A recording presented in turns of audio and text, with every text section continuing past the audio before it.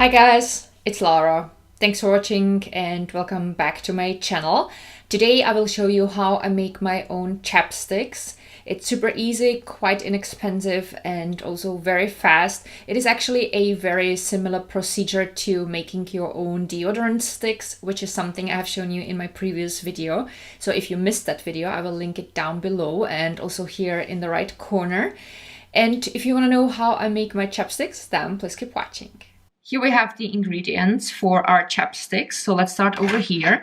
I have here Carnauba wax. You could use, instead of Carnauba wax, for example, Candelilla wax.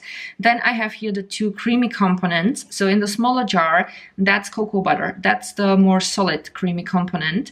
And here I have coconut oil, which is the more soft oily component.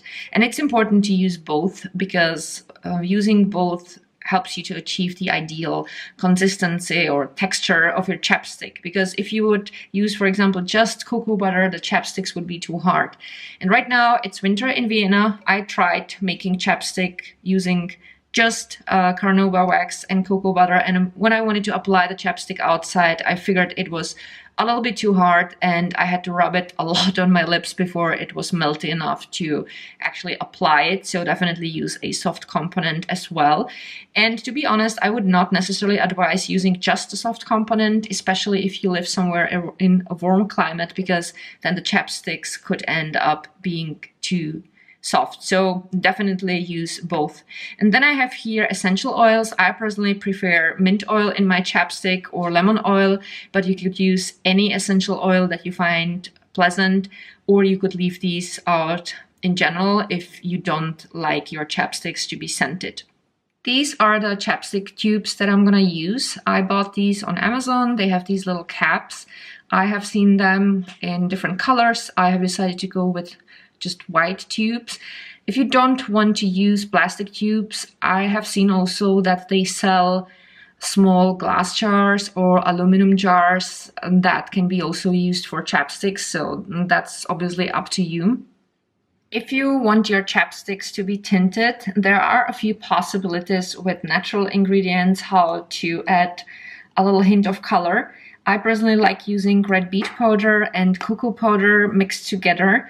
My chapsticks end up being usually more brown because that's what I like. But you could use more of the red beet powder and just very little of the cocoa powder if you want to have rather a reddish brown, or just the red beet powder if you want your chapstick to be either pink or red. I guess you could also use turmeric in combination with the red if you wanted to have an orange red, but I haven't tried that one yet, so I can't tell you the exact ratio.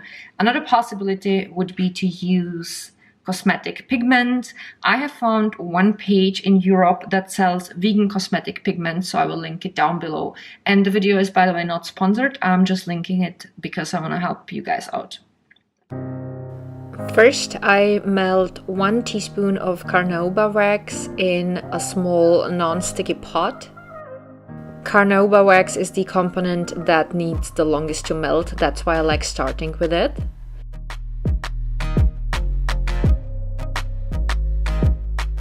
When it's almost completely melted, I always add 1 teaspoon of cocoa butter.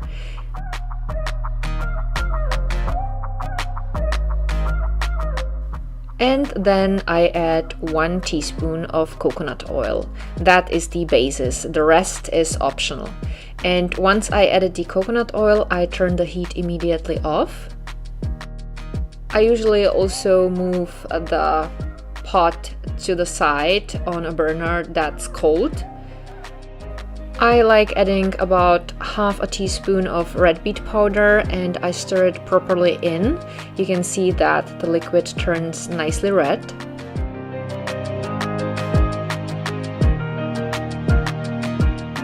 Whenever I notice that it starts to harden and I need to work further, I can always put it shortly on the warm burner, stir it there for a few seconds until it melts, and then I can continue working on the rest. And then I add about half a teaspoon of cocoa powder and keep stirring. Whenever I feel it needs more of a certain pigment, I add more of the ingredients. For example, now I added a little bit more of the red beet powder. I think it was about a quarter of a teaspoon.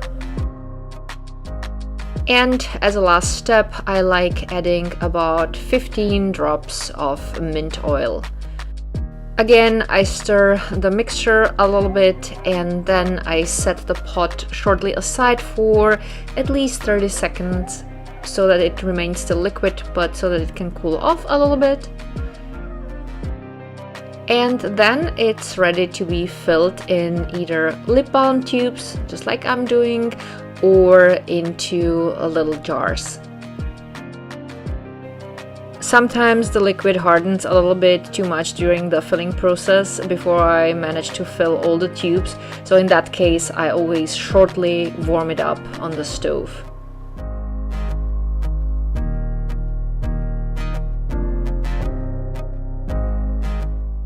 And another tip, whenever the rest is not enough to fill one entire tube, I always screw the bottom up so that the level of the lip balm liquid would reach the top. What I personally like doing is that when I notice that the chapsticks are almost hard, I like to unscrew them just a little bit, push them out a tiny little bit, because they are not completely hardened yet and it kind of loosens it from the sides, and I personally find it then easier later to use the chapstick to like open it and close it again. Once the chapstick cooled off, they are ready to use, so you can simply unscrew them. Sometimes the first 2-3 rounds are a little bit hard, especially if the tube is completely full, but it gets easier. And sometimes when I want to close the chapstick and slide it back in, I just screw in the other direction, and sometimes it just doesn't go back in immediately, so I just push slightly on the top and then it would go in again. Now that I have used the cocoa powder with the red beet powder, my chapsticks look pretty dark, but don't worry, the tint is very, very light. I actually tried to swatch this on my hand and you can see only very little brown here. It's almost not visible, so don't worry if your chapstick looks super, super dark with the cocoa powder, but it's not gonna be that brown on your lips. You can see that the tint that the red beet powder and the cocoa butter added is barely visible on my lips. If you would want to have stronger results, you would have to add way more of the cocoa powder and the red beet powder. Here the swatches show results with 2 teaspoons of cocoa powder and 1 teaspoon of red beet powder on the top and 2 teaspoons of red beet powder on the bottom. And of course you can leave the tint completely out for a plain chapstick. So my personal favorite is definitely the tinted version with mint oil.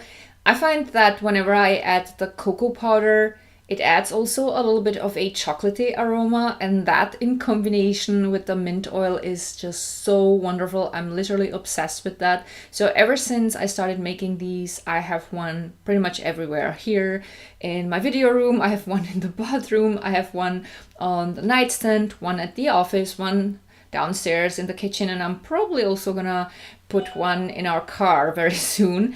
Anyway, you can of course leave out both the essential oils and the tint if that's not something you enjoy.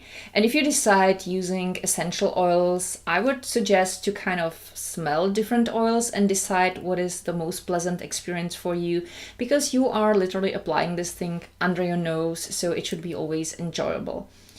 When you mix all the things together, once you melted all the components and once you added the things that you wanted to add, I highly suggest setting the little pan aside for at least 30 seconds before you start filling it into these little tubes, because otherwise they will melt. The mixture gets really, really hot. And also always, no matter what jars you're using, if it's aluminum jars or little glass jars or these tubes, always put the jars somewhere on a certain surface like kitchen counter or a table, and then pour it in that way. Never hold it with your fingers, because if you would spill something you would burn yourself, and trust me, I learned it the hard way. So learn from my mistake as usual. But that's pretty much it. I don't think there's anything I should add. If you have any questions, feel free to write them down in the comments. I will link the webpage where I found the cosmetic tints here in Europe. It's probably not useful if you're from the States, because I guess that the shipping would be too expensive, but at least it will give you an idea what to look for. And I will put together a few videos or playlists in the description box that I think might be interesting or useful for you. And that is it. I hope that you enjoyed today's video. If you did, as always, don't forget to give the video a thumb up, because you support my channel a lot with that. You can also subscribe to my channel if you haven't yet. And thank you all so much for watching. I'm looking forward to seeing you with my next project. I love you guys so much, and see you soon. Bye.